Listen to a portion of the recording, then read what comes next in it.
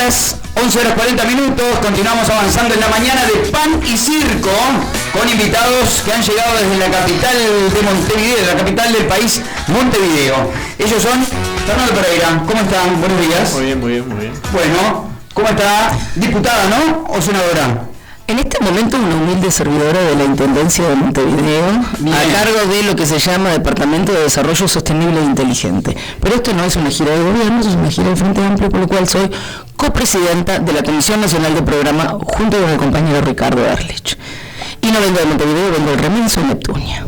Ah, bueno, de Canelones. Otra vida. Canelones. Bien, entonces está en el interior junto con todos nosotros. Exactamente. En el rebaño del interior. Bueno, Graciela, ¿quiere arrancar usted? No, lo miré atentamente porque vio que la mujer es toda la mañana. Fernando Pereira, este es un plan que ya existía, se retoma ahora nuevamente, ¿verdad? Sí, existía, lo habíamos utilizado como instrumento de política durante el periodo anterior. De hecho, visitamos 307 localidades, nos reunimos con 2.200 organizaciones sociales y construimos un documento sumamente importante de la demanda que había en la sociedad uruguaya y nos sirvió para construir el programa del Frente Amplio. Eso le iba a preguntar, si sirve después para esa construcción, ¿no? Sí, y ahora esta segunda parte sirve mucho. Esta segunda parte remite a darle a cada organización social que visitemos el cumplimiento de ese programa. Pues finalmente este documento que traemos para entregar a cada organización y que obviamente le vamos a entregar a los periodistas, tiene que ver con el informe, los cumplimientos del programa departamental, pero vinculados a Rocha, es decir, cuando venimos a Rocha es para Rocha, no podemos hablar de lo nacional, vamos a hablar de lo nacional, pero luego esas decisiones nacionales cómo impactan en el departamento. Por decir algo, cuántos bonos escolares llegaron a Rocha, cuántas becas Butiá, cuántas obras de infraestructura se van a hacer en el departamento vinculados a rutas nacionales o a viviendas, qué se va a hacer en el puerto de La Paloma, es decir, van a entrar por la Paloma, vamos a estar por La Paloma. Y hay un tema fuerte y potente que es el de la pesca. Hay mucha demanda en cuanto a la pesca, no solo en La Paloma, sino a nivel de todo el departamento, porque es un departamento pesquero por excelencia, el departamento de Rocha. Sin duda. Y hay que rehabilitar el puerto para que quede en condiciones de que alguien quiera invertir. Me refiero al puerto en términos turísticos, en términos de la gente que viene con su yate, pero también me refiero a la pesca. Y en la medida de que este es un lugar donde la pesca, como usted bien dice, forma parte de la producción departamental, bueno, es un tema que hay que afrontarlo haciendo la obra pública que permita que la pesca se desarrolle en el lugar. O sea, el empleo es fundamental para la gente, uno no puede conformarse, las cifras son siempre positivas si uno crece el empleo creció en 26.000 puestos en el año 2025 y eso produjo que Uruguay llegara a la mayor cantidad de aportantes a la seguridad social en su historia, pero luego hay gente buscando empleo. Y si hay gente buscando empleo, y sobre todo eso se ve en determinados sectores de la sociedad, el gobierno tiene la necesidad de construir todas las políticas que habiliten a que las personas con más dificultades de acceso al empleo ingresen. De hecho, se está trabajando ahora una ley de empleo integral que absurdamente el Senado no siguió avanzando porque no la querían aprobar antes del 1 de mayo. Yo he escuchado disparates en mi vida. Pero que alguien no vote una norma que privilegia el trabajo de jefas de hogar, de personas mayores de 50 años, de personas afro, sencillamente porque cree que se vincula con anuncios que pueden hacer en el acto del 1 de mayo al día siguiente, a mí no deja de sorprenderme lo chiquito que puede ser para la actividad política una decisión de este tipo, lo poquito que puede incidir. Y luego... Perdón, es un placer, Fernando Pereira, que esté con nosotros. Pero no votar una ley, la verdad que es una discusión muy pobre, o una decisión muy porque no darle la oportunidad a la gente La van a votar, pero después del 1 de mayo. Pero después del 1 de mayo. Simplemente porque... ¿Por qué después del 1 de mayo? Porque no querían que en el acto de los trabajadores, o consideraban que se estaba votando esa ley porque era el Día de los Trabajadores, y esa ley se dio en los tiempos que llevó construir el proyecto de ley y los tiempos que lleva a discutirlo en el Senado y en la Cámara de Diputados. Me refiero que a veces el electoralismo les come la cabeza. ¿Quién lo quiso? Partido Nacional. Entonces, lo que voy a ir poniendo nombre a las cosas. No es un gran drama si se vota el primero, el 5, no es que eso cambie la historia del país. Lo que nos parece que no puede haber ningún país en el mundo que resista campañas electorales que empiecen el 2 de marzo del año de gobierno, o incluso el 1. El 2 de marzo yo ya escuchaba reclamos sobre Yamandú. Entonces, digamos, lo que el gobierno tiene que hacer es lo que está haciendo, obviar la crítica infundada, las 9 convocatorias en el periodo de receso, 9 convocatorias a ministro en enero y febrero, 9. Nunca había pasado en Uruguay. ¿Usted por qué cree que ha habido tanta convocatoria? Porque no sabe perder. Hay una parte de la vida que es perder y asumirlo. Uno lo puede asumir solo o puede hacer terapia. Pero perdón, ¿ninguna de esas convocatorias tuvo un sustento? Y bueno, si yo rápidamente le digo a usted, que es un periodista de opinión, ¿por qué temas fueron? Bueno, hubieron muchos temas. ¿Pero por cuáles? Bueno, por ejemplo, el ministro de seguridad, del ministro del Interior, por el tema de seguridad. No, ¿usted no cree que fue algo que estuvo bien? Pero ahí tiene.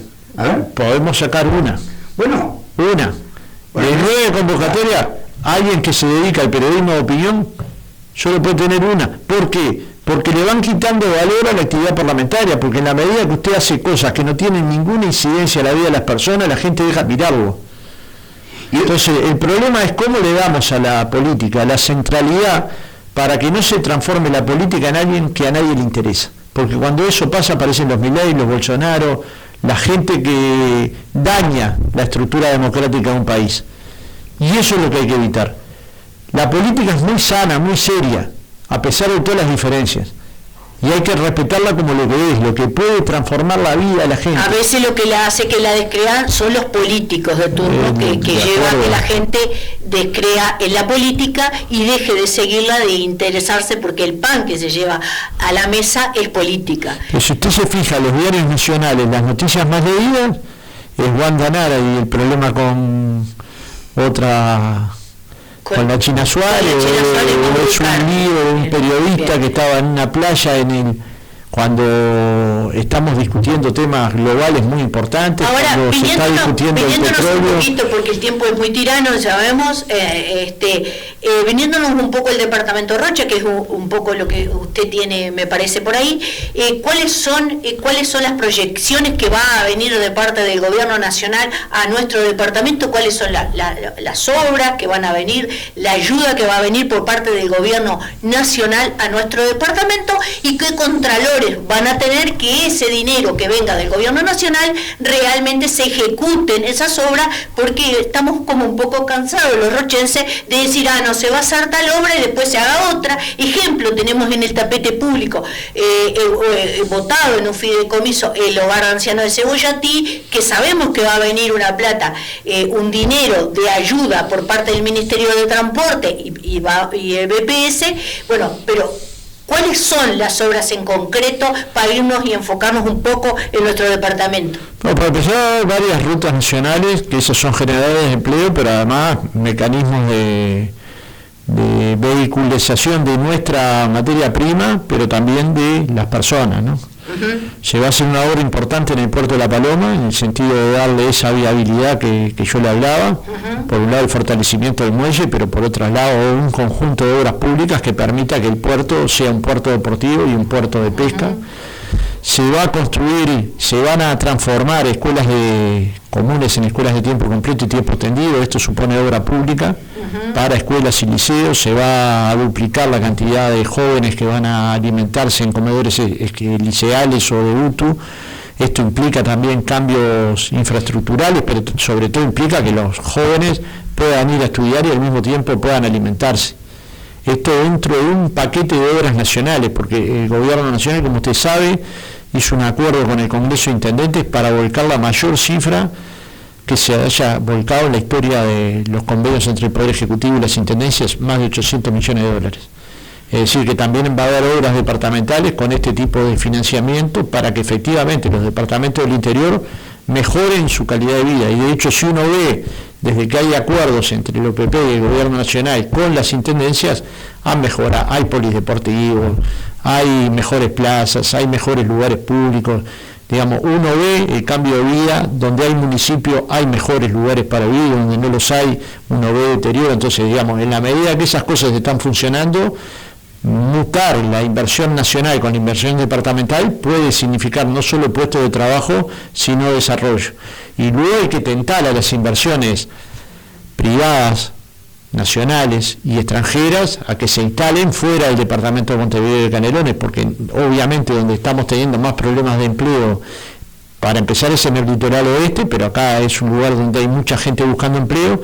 Esta ley de empleo integral puede contribuir a ayudar a los sectores más duros de acceder al empleo, porque está vinculado. ¿Cuáles son los sectores más duros? Jóvenes, mujeres jefas de hogar. Si me permite, hablando de juventud, en Rocha puntualmente, y acá quiero introducir a Silvia en la conversación, se ha venido mucha gente a vivir, sobre todo a La Paloma, de los lugares con costa. Se le adjudica esto a un avance en los trabajos vinculados a tecnología. Usted viene del palo de la tecnología. Sí. ¿Qué lectura puede hacer al respecto de esto, que no debe ser únicamente de Rocha, pero el Uruguay? ¿Cómo viene la parte del trabajo en tecnologías? ¿Cuáles son las cosas que tienen en carpeta justamente para hincar la dieta de esto? A ver, varias cosas sobre eso.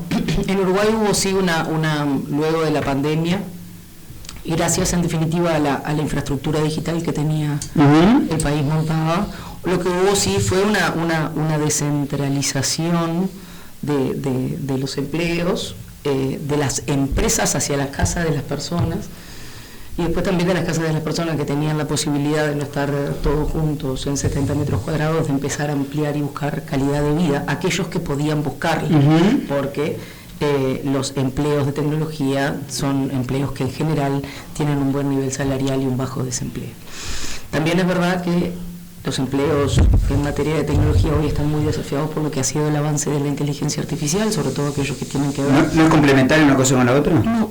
A ver, no es complementario porque muchas de las cosas que pasó en cómo surgieron, digamos, al éxito muchas de las empresas de tecnología uruguaya fue basado en vender horas de programación hacia el exterior.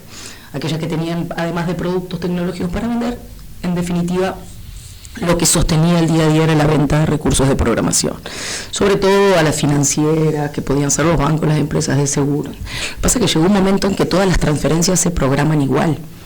Todos los estados de cuenta se programan igual y en definitiva todo eso pasó a ser parte, estoy simplificando mucho la situación, pero todo eso pasó a ser parte de la codificación, de la programación que podían hacer los agentes. Que se hizo una vez y quedó. Veníamos bastante bien en lo que en el software se llama habitualmente reutilizar código, pero lo que pasa es que ahora lo escribe la inteligencia artificial, con lo cual hay una reconversión ahora inherente a todos los empleos, pero también a los empleos de base tecnológica.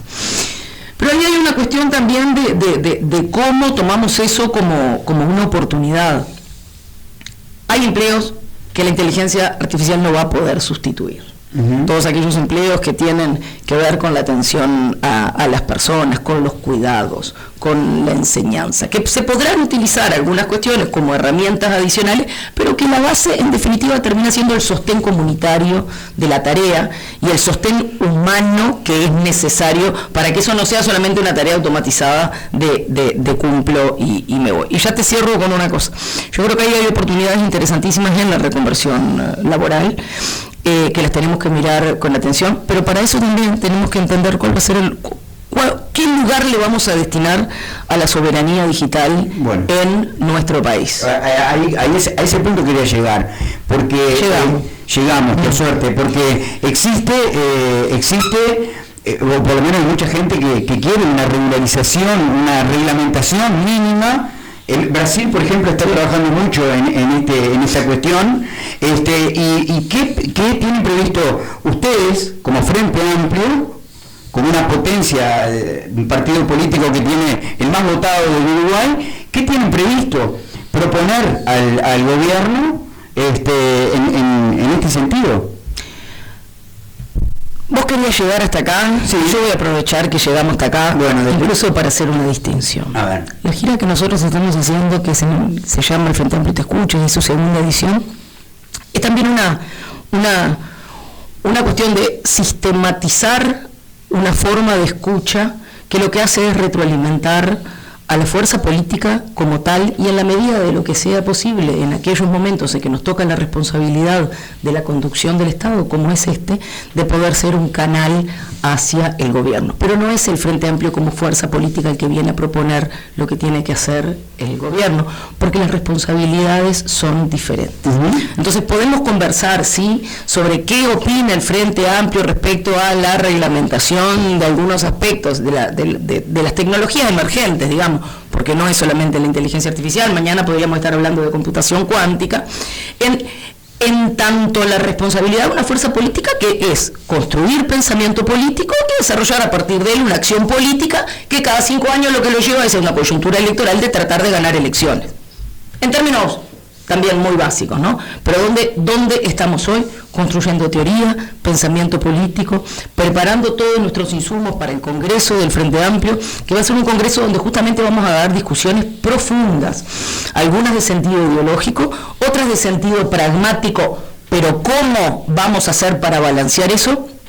Y una discusión muy importante para nosotros, que es el futuro de la izquierda en este mundo, donde nos han hecho creer que los únicos gobiernos que han fracasado han sido los gobiernos de izquierda. Sin embargo, lo que venimos es en un mundo voraz de un capitalismo que solamente avanzó para provocar desigualdad, pero resulta que todos queremos subirnos ahí porque nos parece y nos dicen que es donde queremos estar con estos aparatitos y con la publicidad permanentemente. Dicho eso, que fue un resumen súper rápido del que estamos haciendo acá, lo que nosotros queremos hacer como Frente Amplio es dejar una fortaleza metodológica a la institución política Frente Amplio, como decía Fernando, para que la escucha y el parar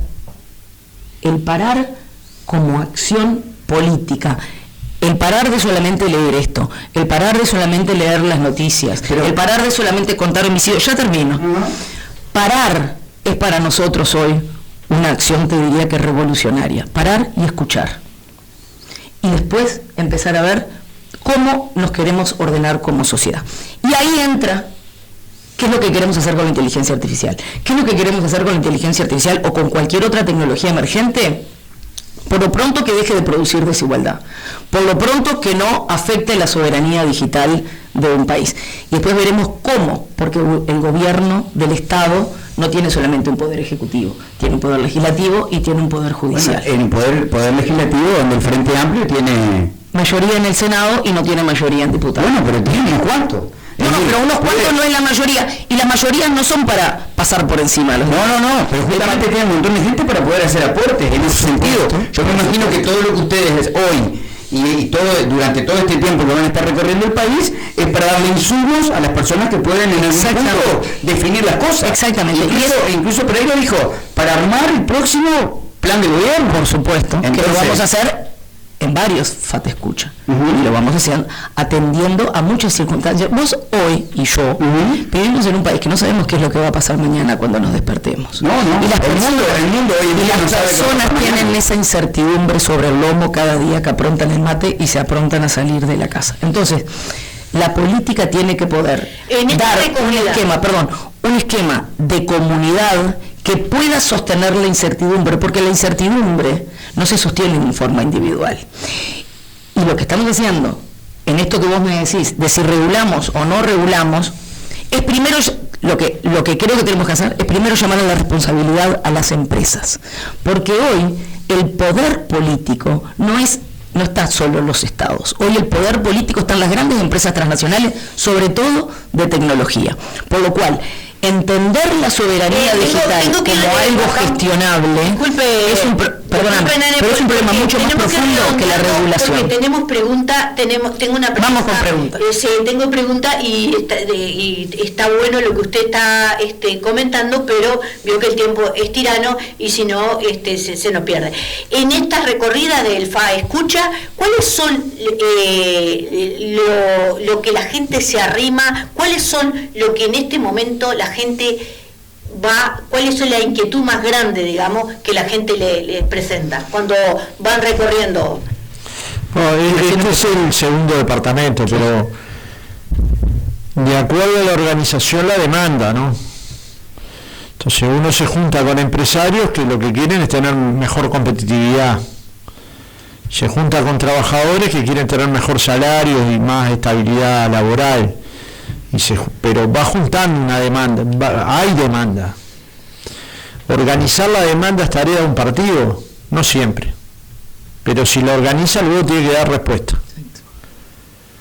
O sea, la demanda la puede organizar miles de personas, los medios de comunicación pueden organizar una demanda, pero cuando lo organiza un partido luego tiene que dar, y sobre todo el partido que está gobernando, tiene que dar una respuesta.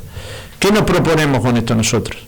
En primer lugar, sacar registro de la entrevista para que la demanda sea contestada. O sea, hay una demanda, nosotros le vamos a mandar dentro de 15 días una respuesta a esa demanda, que puede ser por ejemplo, inclusive... Pereira es una de las que acá tenemos todos los días y se ve a nivel nacional y por los distintos medios, tanto de prensa radial, escrita o televisiva, el problema de la inseguridad. Eso la gente se lo plantea, ¿cómo el Frente Amplio, me estoy refiriendo al Frente Amplio, lo que al Frente Amplio te escucha, ¿verdad? No el Frente Amplio... No, si es a nivel del interior, no es la principal preocupación. ¿Cuál es la principal? ¿Cuál es? La principal es el empleo. No es la seguridad. Por lejos, o sea, en todas las reuniones que hemos ido, la mitad de la reunión se va en el empleo, en el trabajo, en las diversas dificultades que hoy asumen las empresas y los trabajadores. Algunas las estaba describiendo Silvia. Yo cuando militaba, Jeremy Riskin hizo un libro, El fin del trabajo. Yo recuerdo que lo leí y entré en pavor. Y luego el trabajo aumentó. Es verdad que cambiaron los puestos de trabajo. ¿Qué implicaron esos nuevos puestos de trabajo? Mayor formación profesional, formación a lo largo de toda la vida, estar adaptándose a los cambios productivos. Ahora, como lo dijo bien Silvia, ni siquiera una excelente formación profesional puede garantizar el empleo, sino que uno se tiene que estar reformulando todo el tiempo el empleo, por lo cual es muy fácil ver acá en una casa en Punta del Diablo, en una casa de la Paloma, una persona trabajando, o en un bar de Depósitos, claro. En un bar, una persona con una computadora que no quiere dejar de socializar, quiere seguir sintiéndose un ser humano, no quiere levantarse con el pijama, trabajar, dormir, y levantarse, trabajar y dormir, sale y va a un bar. O sea, también el ser humano se da cuenta que necesita socializar. En ese mundo tan complejo, la política pasa a ser vital, para coordinar con las empresas, para marcar reglas de juego, para generar nuevas respuestas a los desafíos del tiempo. Enrique Iglesias, en un libro que se llama Reflexiones, planteando el cambio civilizatorio y el cambio de época, decía que había espacios, como dijo Silvia, para los cuidados, pero que había espacios para la cultura. ¿Cuál es la injerencia en las empresas, como usted dijo, para que la gente lo entienda? El Frente te escucha con las injerencias de las... No, injerencia ninguna. Los empresarios lo que más quieren es que le vaya bien. Nadie quiere que le vaya mal. Quiere tener trabajadores calificados. Tiene que participar en la discusión del avance científico, de lo contrario va a entrar en... Pero ahora, Pereira, hay un tema de que es el 1%, que se va a implementar un impuesto al 1% de los más ricos. Bueno, no, se va a implementar, hay una propuesta del movimiento sindical, el Frente Amplio lo que hizo fue elaborar un documento para ver las distintas posibilidades tributarias que tiene el Uruguay, que ese es impuesto, pero que también es el IVA personalizado, también es las quitas que hacemos a las empresas por la inversión, lo que llamamos, lo que se hizo a través de la ley de inversiones, un paquete. Ese paquete hay que estudiarlo. ¿Cuáles son los efectos positivos de aplicarlo y los negativos? Uh-huh. La reforma tributaria de 2008 se empezó a discutir en 1999. Para que vean la complejidad que puede tener un sistema tributario. Porque si yo coloco un tributo que que termina generando como consecuencia pérdida de puestos de trabajo. Eso es lo que le iba a ir, lo que le iba a apuntar. ¿Y eso usted no cree que pueda afectar en un momento? Lo que hay que estudiar. A ver si no queda más gente, con ese impuesto queda más gente. Nosotros cuando aplicamos la reforma del 2008 nos decían que lo íbamos a pagar con inversión. Y nunca tuvimos mejor inversión que en los años siguientes al año 2008. Nunca el Estado recaudó más, lo que posibilitó duplicar el presupuesto educativo, aumentar casi 70% el presupuesto en salud, generar una transformación de la energía, generar una transformación del cuidado, generar una transformación de la salud, generar un impacto tan brutal como el Plan Ceibal o como en la Operación Milagro, que fue que los veteranos que no tenían plata pudieran volver a ver.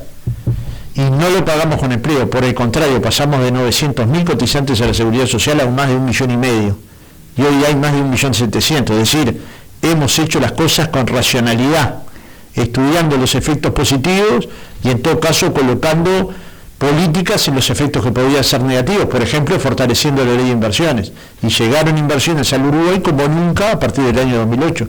Es decir, ese miedo de que si achicamos la jornada laboral se van a ir los empresarios es parte de los mitos. En 1915 tenían la misma discusión.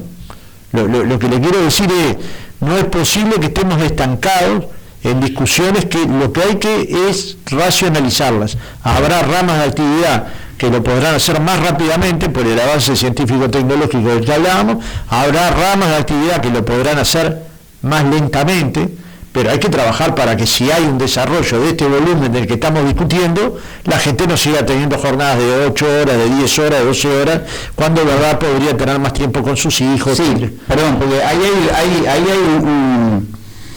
hay algo que se está dando, que es que las personas están trabajando el doble. Es decir, está muy bien el espíritu de decir, no, 6 horas para trabajar. Ahora habla de 6 horas. 6 horas. No, habla de reducir. No. Reducir la jornada semanal. La propuesta que hay es 40 horas semanales. 40 horas semanales. Bien. O sea, 8 horas por día de lunes a viernes, para ponerlo en claro. Sacar los sábados, por ejemplo. Claro. Bien. Ahora, habrá sectores que no pueden con esto. Claro. Bueno, con esos sectores hay que trabajar. Habrá sectores que pueden. Con esos sectores hay que avanzar. Pero no puedes estar estático porque un sector no puede avanzar. Yo me doy cuenta que hay sectores que a esa velocidad no pueden avanzar. Ahora, eso no quita de que en algunos puntos sí se de hecho, la cervecería ya lo logró hace 15 años, o los metalúrgicos, o la construcción. Me explico. Sí, el otro día estuvo el Zunca acá, justamente 60% hoy 60% de la actividad. Usted lo que no puede ir a jornada de 5 horas, porque ahí sí arma el doble empleo. ¿Me entiendes? Claro, porque habla 7 días de las personas que dicen, como tengo más horas libres voy a agarrar otro trabajo. Obvio. Y eso no es saludable. Y una persona pase de trabajar, póngale 8 horas a trabajar 16. Sí, claro. Pero eso no requiere solamente decisiones de gobierno, eso es un entender qué comunidad queremos. Y para que esa comunidad así sea posible, lo que pasa es que eso también depende de la necesidad que la gente tiene. ¿Por qué estoy hablando de comunidad? ¿Y por qué estoy hablando de comunidad? A ver, ¿cuál es la contradicción entre comunidad y necesidad que tú ves? No hay. Es la comunidad, es algo que sostiene, ¿verdad? Que sostiene la vida en sociedad bajo determinadas pautas de convivencia y donde muchas veces entendemos que los cuidados son un factor fundamental, que no solamente lo tiene que hacer el Estado, pero que lo tiene que hacer la comunidad como tal, siendo el Estado corresponsable en las tareas de la comunidad. Muchas veces lo que pasa en la comunidad también queda, si la plata no le alcanza a la comunidad, como usted dice. ¿Por qué acabo de decir corresponsable el Estado? Bueno, justamente. Vos partís de la base de que los sectores de más bajos ingresos son los que tienen doble empleo. Yo que he mirado bastante la estadística en mis años de dirigente sindical, no son los salarios más bajos los que tienen doble empleo. No es los que si no tienen 2 trabajos no llegan a fin de mes. Muchas veces se da.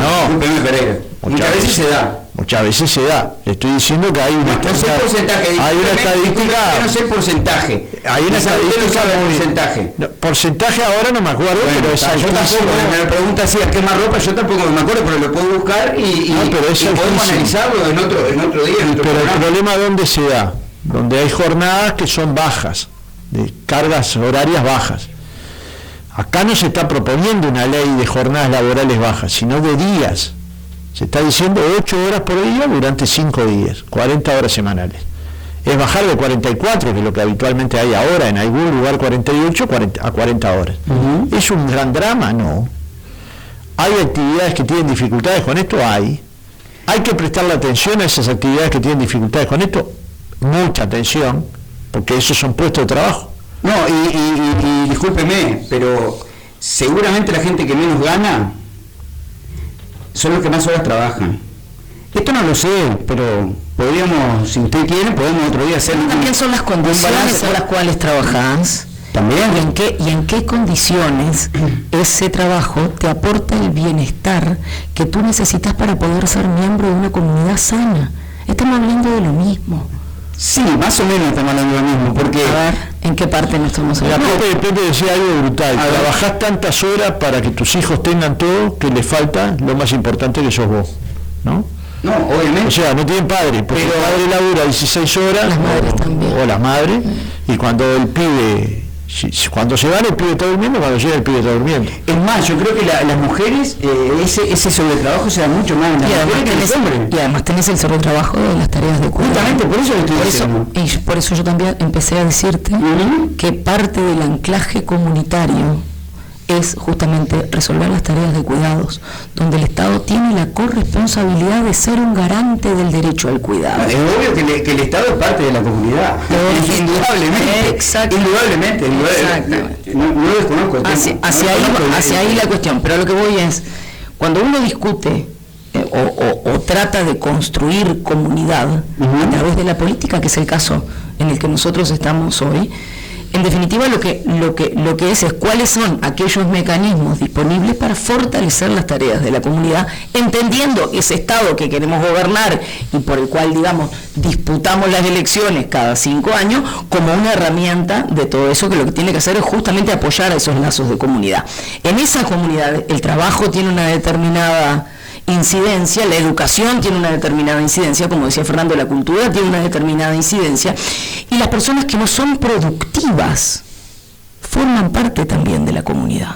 Nosotros vivimos en un mundo que permanentemente nos exige, porque hay personas que no son productivas en el sentido de la eficiencia del trabajo, a eso voy. Los gurises no pueden trabajar, los viejos llega un momento que no pueden trabajar, las personas con algún tipo de discapacidad que les impide la autonomía no pueden trabajar. Entonces nosotros tenemos que entender como comunidad que además de la eficiencia esa permanente en la que tenemos que andar todo el día a las corridas, también tenemos que poder cuidar y ser cuidados. Para todo eso se necesita comunidad. Y el Estado tiene que aportar lo suyo. ¿Qué tiene en este caso? Bueno, regulemos las cosas del trabajo que no permiten la vida en comunidad, porque para participar de la comunidad hay que poder participar, hay que poder tener espacio. Para eso tengo que poder dejar a los gurises al cuidado para poder participar. Con usted, pero entonces, el adulto mayor ya le dio al país, ya trabaja. Hoy ahí debe estar, no tanto los viejos, ahí no concuerdo esa palabrita con usted, me extraña de usted que mencione viejo, que queda medio chocante, pero el adulto una mayor, etapa de la vida. Bueno, una etapa de la vida, pero... Yo a los viejos los trato con muchísimo respeto. Bueno, pero... y no dije que tenían que seguir trabajando, digo que tienen que poder ser parte de una comunidad a la cual ya le dieron un montón y merecen ser cuidados. Y a los que están más vulnerables, igual que los niños. No entiendo cuál es la contradicción con lo que dije yo. Bueno, a los que están más vulnerables, porque a veces se descuidan un poquito y bueno, y a veces uno se exige en tal con ellos, porque sabemos, escuchamos que lo llevan para un hogar o algo de eso, bueno, entonces ahí medio que... No entiendo cuál es la contradicción en lo que dije yo, así me expreso bien, pero necesito entender cuál es la contradicción con lo que dije. Medio chocante con lo de la manifestación que usted dijo, los viejos, entonces como que no, ahí no. Y los gurises son gurises y los viejos son viejos y todos vamos a llegar a viejos y todos fuimos gurises, pero no es un término despectivo. Yo hago política, creo en la igualdad, no tengo por qué ser despectiva con nadie. Yo soy viejo. No, mi mamá es una señora vieja que tiene 86 años, a quien adoro, respeto muchísimo y la ayudo en todo lo que tengo que si me permiten. Pero los viejos se los cuidan, sí, por supuesto. Es responsabilidad. Capaz que hay un dato que me gustaría darles. Cuando se analizó ahora en el diálogo social de seguridad social, cuáles eran las personas que iban a tener más dificultades para acceder al empleo, en contraste el 30% de las personas con mayor vulnerabilidad en el trabajo y en el salario. Claro. Y esos no son dobles empleos. Estas son las personas que se van a poder jubilar a los 60 años con la misma tasa de reemplazo que había antes de la ley 20.130. ¿Por qué? Porque es muy difícil que lleguen a los 65 años con trabajo. Entonces, digamos, ¿por el tipo de trabajo, dice usted? No, por el tipo de trabajo no, por la precariedad del trabajo, por la inestabilidad en el trabajo. Por ejemplo, una trabajadora doméstica puede tener jornadas de más de 12 horas y tener un trabajo precario. Por más que tenga una cantidad de horas acumuladas, puede haber trabajo sin aporte al BPS, puede haber trabajo por hora. Es muy difícil de hacer un control exhaustivo. Sin embargo, hoy tenemos la tasa de afiliación a la seguridad social de las trabajadoras domésticas más grande de la historia del Uruguay. Y en eso hay que trabajar. Por ejemplo, cuando el Uruguay se fija una prioridad que es asistir a la niñez y sobre todo extender los tiempos extendidos, es para que las madres puedan salir a trabajar. Cuando uno genera una ley de empleo integral para favorecer hasta con 80% de los aportes a los empresarios, es para que los empresarios tomen jóvenes o mujeres jefas de hogar. Y bueno, todavía no se aprobó la ley. Nosotros aspiramos, las leyes se aprueban y tienen una parte legal. Si tienen la parte social, se cumplen. O sea, si la gente se apropia de la ley se cumple. O sea, usted sabe que tiene una jornada de 8 horas, no sabe cuál es el número de ley, pero sabe que lo tiene. ¿Sí? Usted sabe que tiene derecho al seguro de paro, no sabe por qué ley, ni le importa, pero sabe que lo tiene. Usted sabe que tiene derecho a la salud, a través del FONASA, sabe que tiene derecho, si tiene determinados recursos, a ingresar al plan Ibirapitá, porque la gente se apropió, como se apropió del plan Ceibal. Si la gente se apropia, me refiero a las empresas y a los trabajadores de esta ley, va a generar miles de puestos de trabajo. Por ejemplo, para todos los aprendices, pensando en los jóvenes, o para primera experiencia laboral. Entonces, el problema es si le damos confianza a los que son jóvenes o los discriminamos simplemente por ser jóvenes. Los jóvenes hoy tienen casi 3 veces el desempleo de las personas adultas. Casi multiplican por 3. Eso es un dato doloroso, alarmante, porque luego ese joven tiene muy pocos caminos, ¿no? O los bancan los padres o salen a hacer lo que pueden. Y cuando salen a hacer lo que pueden, bueno, está el desastre que estábamos escuchando en el programa anterior. Entonces, digamos, me parece que el Frente Amplio tiene el desafío, pero sobre todo la sociedad uruguaya y el sistema de partidos, de dar respuestas a un mundo que nunca tuvo tantos cambios a tanta velocidad. Ni la revolución industrial, ni ninguna otra. Por más que nos imaginemos que la revolución industrial fue una cosa brutal, en relación a esta revolución que hay hoy, yo lo que vi en China, no lo voy a ver. No, y la velocidad, aparte, la velocidad con la que se... La primera vez que fui a China, soldaban con la robótica antigua, que era un brazo que bajaba, ¿no? Y soldaba. Ahora lo que vi ahora, si usted piensa en el servicio público chino, pero en otras partes del mundo lo mismo, ¿no? Y después generan otros problemas. Yo, por ejemplo, que siempre admiré lo que hicieron los países nórdicos en materia laboral, en materia de justicia social, en materia de distribución, una cosa que les pasó es que todos empezaron a ganar su vivienda y encontraban a los abuelos muertos 40 días después. Es decir, nadie los iba a ver. Esa es la ausencia de comunidad que habla. Horrible. Si yo no me preocupo por mi vecino de al lado o por mi abuela, ¿qué sociedad construimos? Construimos bienestar social, pero no construimos justicia social. Que son dos cosas distintas. Está bien interesante. Hablando de justicia social, un tema que ya que van a estar acá por Rocha, les voy a traer un tema 100% local.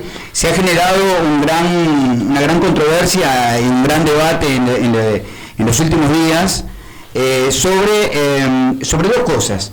Primero, sobre la gente en situación de calle en el departamento de Rocha, pero también sobre el refugio del MIDES que está en pleno centro de la ciudad de Rocha.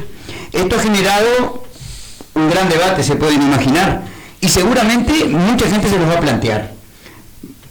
Quizás sea el trabajo, después de la seguridad, pero en algún momento alguien le va a plantear esta situación acá, porque es bastante preocupante. En este sentido, ¿cuál es su impresión? ¿Ya han tenido algún acercamiento de algún vecino o alguien que le haya planteado este tema? Bueno, en primer lugar, es un tema nacional. No, sin duda. Su principal problema lo tiene Montevideo por el tamaño y Canelones por ser el segundo tamaño, pero en todos los departamentos hay un grupito de personas que por distintos motivos quedan en situación de calle. Y no es tan fácil de resolver, pero hay una primera mirada que tiene que ser humana. A la persona que está en situación de calle no lo podemos ver como un objeto, como algo que está ahí y queremos que salga de ahí. Tenemos que verlo cómo encontramos una solución para que sea parte de esa comunidad de la que estamos hablando. De lo contrario, lo que queremos es que estén lejos. Alquilar una chacra y que vivan solos en el medio de la nada y que nadie los vea. Lo que queremos es no verlos. Y lo que tenemos que querer es que se resuelva el problema que los llevó a esa situación, que son múltiples, algunas enfermedades crónicas, algunos problemas de adicción, algunos problemas de convivencia. Yo hablo mucho con ellos y eso me ha ayudado a comprender. Eso estoy de acuerdo con usted, lo que está manifestando. Porque, disculpe la interrupción, pero eso yo ya lo manifesté en este programa, estoy de acuerdo un poco con usted, porque cuando paso, y aquí me voy a un terreno y le voy a poner un ejemplo de qué pasó, y mire qué ejemplo le voy a dar, un abismo le voy a decir. Pasó con el Carnaval de la Pedrera. El Yeset de Rocha está en la Pedrera, ¿no? Sáqueme en el Carnaval de la Pedrera, que no lo quiero, porque me orina, me hace esto, me hace lo otro. Tenemos ahora el refugio aquí en el centro, bueno, no lo queremos, pero son seres humanos que tienen que convivir y como parte de lo que somos de seres humanos, también tenemos que poner nuestro grano de arena y ayudar eso y no tirarlo y decir, entonces si está en el barrio de La Valleja o en el barrio del Belvedere pueden estar, pero acá porque molesta a 2 o 3 en el centro. Entonces yo ahí tengo mis reparos. Y ahí comparto un poco. Perdón, yo simplemente quiero traer acá a colación y quiero ver que me den su opinión al respecto. Varias personas se han manifestado no en contra de un refugio, no en contra de la ubicación, se han manifestado en contra un poco de lo que dice Graciela, que personas van, orinan, defecan, piden dinero en la puerta del supermercado. Entonces varias personas manifestaron, ¿qué pasa con las personas justamente en esa comunidad que se está hablando, que también conviven también allí, la persona que sale de la casa y se encuentra con ese panorama? Para que te hagas una idea, yo vivo a la vuelta de la universidad. Bien. Más personas en situación de calle que en esa esquina donde yo vivo no hay en ningún lugar del territorio nacional. Bien. Hay que dedicarse a conversar un rato, todos los días. Mi hijo mayor tiene 30 años. Y yo tenía una cantidad de buzo porque soy friolento y vi que bajaba la cantidad de buzo. Dije, ¿qué pasa con el buzo? Y era el pibe dándole a la gente en situación de calle. Me enojé un poco, me dejó sin buzo, pero en el fondo era el gurí teniendo atendiendo una situación de solidaridad con vecinos del barrio que vivían en situación de calle. A mí me conmovía eso.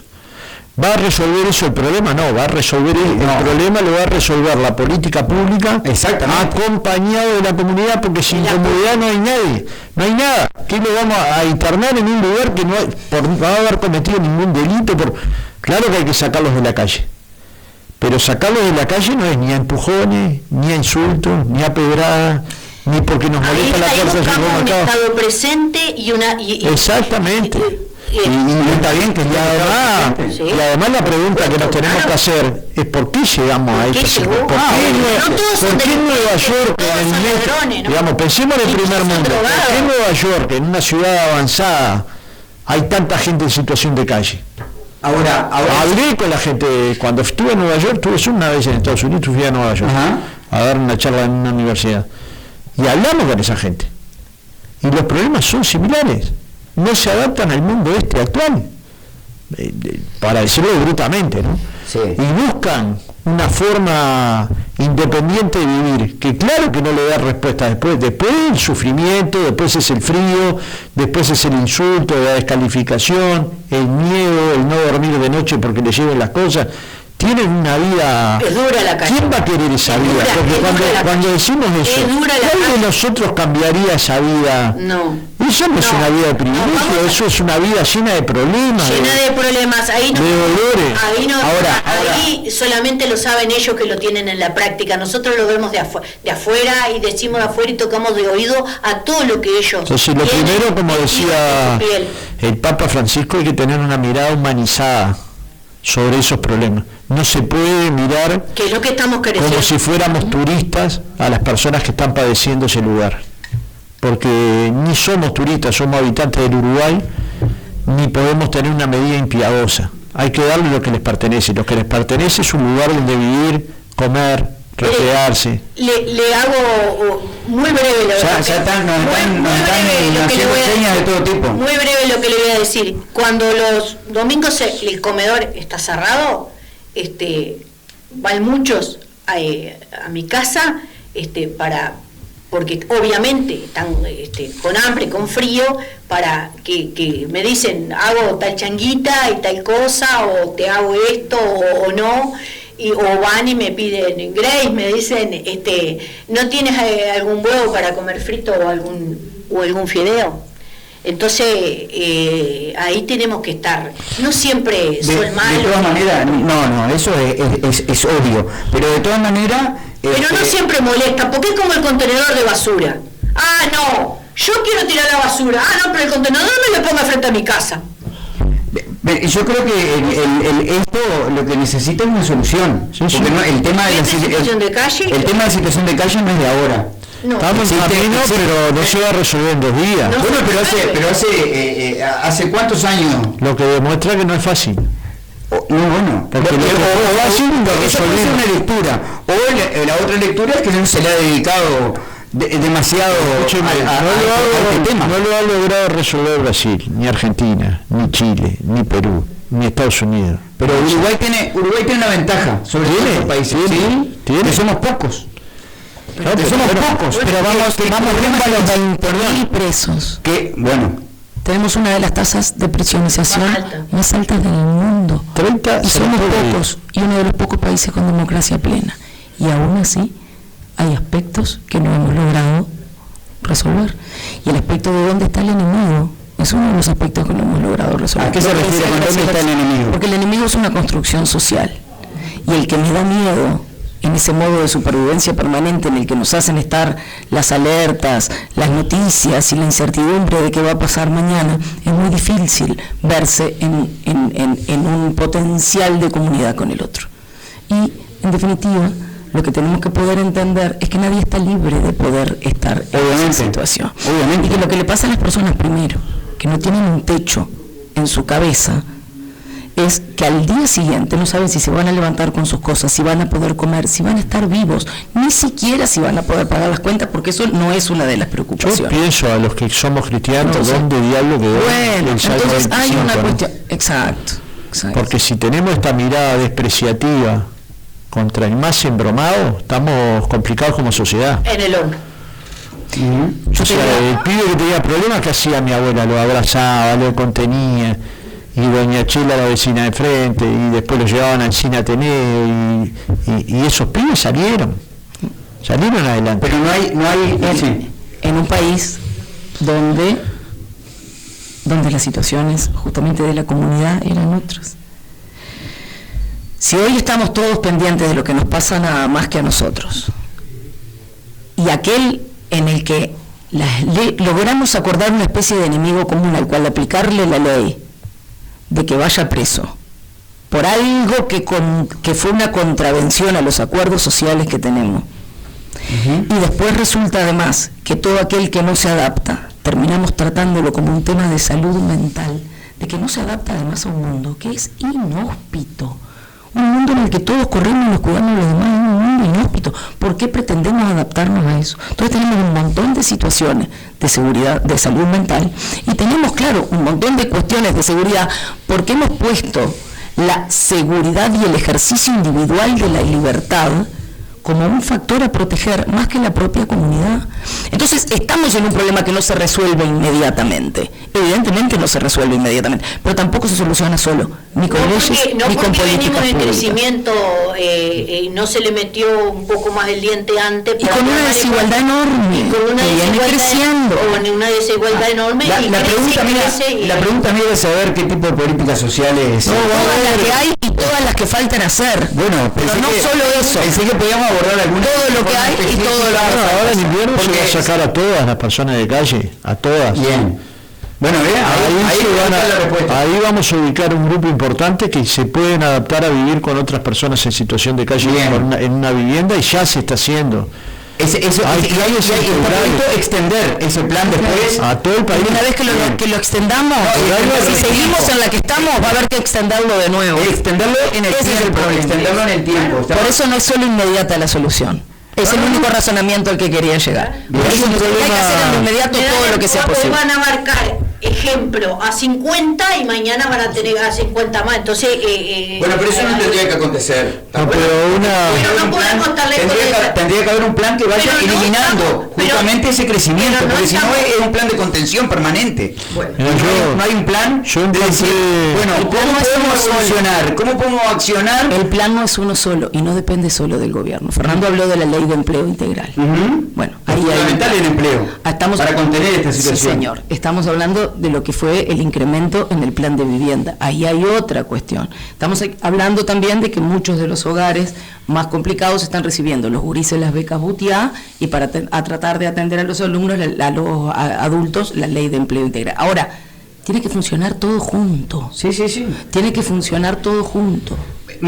Para que funcione todo junto, no solamente hacer políticas para los pobres. Y que no te caiga mal. Porque el pobre es pobre y el viejo es viejo. Y tenemos que poder, hasta que no entendamos que para el bien de todos, primero los pobres, porque son la gente más vulnerable. La gente más vulnerable. Que son pobres en este mundo desigual, son pobres. Son pobres, sí, porque no solo no acceden al alimento, no acceden al amor, que es la pobreza más grande. El Papa Francisco decía una cosa brutal, que decía, hay que darle a los pobres lo que les pertenece. Ustedes que están hoy, gobierno y todo eso, bueno, hay que apostar a eso, y esa palabra pobre, llevarla, la gente más vulnerable, la que necesita, bueno, ahí tiene que estar la esfera política, ahí que ustedes tienen la oportunidad. Los políticos y toda la sociedad. Toda la sociedad y los medios de comunicación, que estamos todos los días en los medios de comunicación sentados, que somos los que hacemos llegarle a la gente todos los días y lo que la gente nos plantea, y somos el vocero del pueblo, pero somos el vocero del pueblo en el quinquenio, porque después aparecen todos en la época de la política. Nosotros estamos hoy acá, no están en campaña. No están en campaña, por eso me llama la atención. Les voy a preguntar por qué salieron tan temprano en el Frente Me Escucha. Porque era lo que correspondía, porque el Frente Amplio hizo un compromiso con la sociedad para pedirle el voto, y porque parte de lo que estamos haciendo es decirle, con los 63 compromisos para gobernar, estamos en este y en este. Y además vamos a parar esa maquinaria de la eficiencia permanente, vamos a parar para escuchar. Bien, tengo un montón de preguntas de la audiencia y solo voy a leer una pregunta, porque son muchas que llegaron. Esta la hizo Ernesto, que es alguien que siempre participa, y específicamente es para Pereira. Dice, me gustaría saber qué piensa Fernando Pereira de los dichos del intendente sobre la política de la Junta Nacional de Drogas y el centro diurno, y de los jugosos sueldos de los trabajadores que en realidad ganan 2 mangos. Bueno, ahí, claro, lo que pasa es que no sé si Pereira lo habrá escuchado, por eso fueron las palabras, declaraciones del intendente departamental Alejandro Pierre. Lo voy a ayudar un poquito, disculpe. No, yo no lo escuché, claramente no. Claro. Es la última, Pereira. No lo escuché, no opino de lo que no escucho. Por eso no puedo opinar de lo que no escucho, porque ahí me convertiría en alguien poco serio que no quiero ser. Bueno, ahí está la respuesta para Ernesto, entonces. Muchísimas gracias por haber estado con nosotros. Un placer, y gracias por gracias. Siempre andar por estos pagos del este. Bueno, ¿pasaron bien? Muy bien. Bueno, buenísimo. Hoy entonces, la Paloma, perdón, primero Rocha. ¿A qué hora en la Casa del Frente Amplio? Bueno, ahora dentro de un ratito, y va a haber reuniones con la asociación rural y con los trabajadores, con los jubilados, con los estudiantes y después en La Paloma. En La Paloma con la pesca. Una mesa política ampliada. Una mesa política ampliada a las 19 horas de Paloma en Casa Bahía. Bueno, ya está todo el mundo avisado entonces. Muchísimas abrazo grande. Que pasen bien. Nos vamos. Chau, chau.